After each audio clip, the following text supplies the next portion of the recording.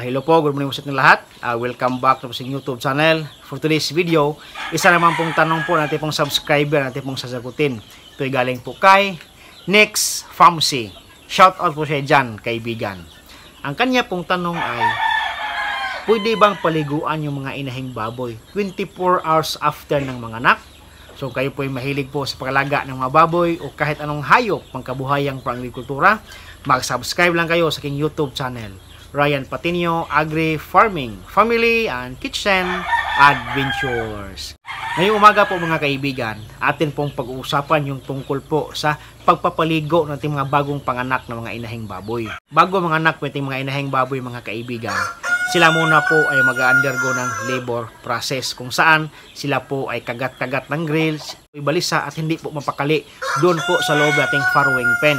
Kumakahig po sila sa sahig, humihiga, tumatayo, umiihi, tumatae. Yan po yung mga senyales na nagli-labor po yung ating mga inahing baboy. And then, pagkatapos mag-labor, sila po yung mga nganak na po mga kaibigan. Kapag nanganganak po yung ating mga inahing baboy, di po natin maiiwasan na magkaroon po sa mga injury o laceration. Kaya minsan po yung puwerta po nating inahing baboy ay mag-lacerate po yan. Mag-iba yung kulay, bubukol po yan, at saka lalaki po yung puwerta nating mga inahing baboy. Kapag unang panganak nating mga inahing baboy po mga kaibigan, yung iba dyan ay magkakaroon ng lagnat kasi po sa sobrang stress habang sila po nanganganak. Ngayon, sa tanong po nating kaibigan kung pwede bang paliguan ng mga alagang inahing baboy 24 hours after ng mga anak, ang sagot ko po niya na ay bawal or no po talaga yan mga kaibigan. Huwag nyo pong paliguan yung mga inahing baboy nyo 24 hours after ng nanganak. Kasi di po natin alam kung mayroon po siyang iniindang karamdaman. Mayroon ba siyang lagnat o kaya iba pang karamdaman na kanya pong dinaramdam.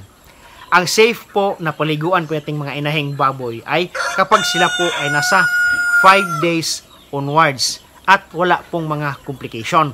Walang lagnat o walang ibang karamdaman. Kasi sa mga panahon na iyan, pagkatapos mga anak, sila po ay mabibinat. Yung simpleng komplikasyon po ay magli-lead po yan into severe complication sa ating mga inahing baboy kapag pinapaliguan po natin yan.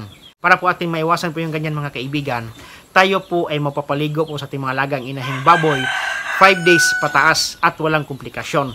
Nang sa ganon, hindi po maapektuhan yung kanyang pagpapadede sa kanyang mga biik para yung mga biik po mga kaibigan ay lumaking malusog, maayos at masigla. Kapag mayroong complication yung ating mga inahing baboy, maapektuhan din po yung paglaki ng mga biik. Yan po yung isang rason kung bakit po maging bansot yung mga biik at mahinang lumaki po mga kaibigan. Ito po yung tandaan para safe po yung ating inahing baboy. Tayo po yung magpapaligo sa ating mga inahing baboy 5 days onwards na walang komplikasyon po mga kaibigan. Yan po ating vlog ngayon at salamat po sa inyong panonood. Happy farming po mga kaibigan. See you next time. Bye-bye.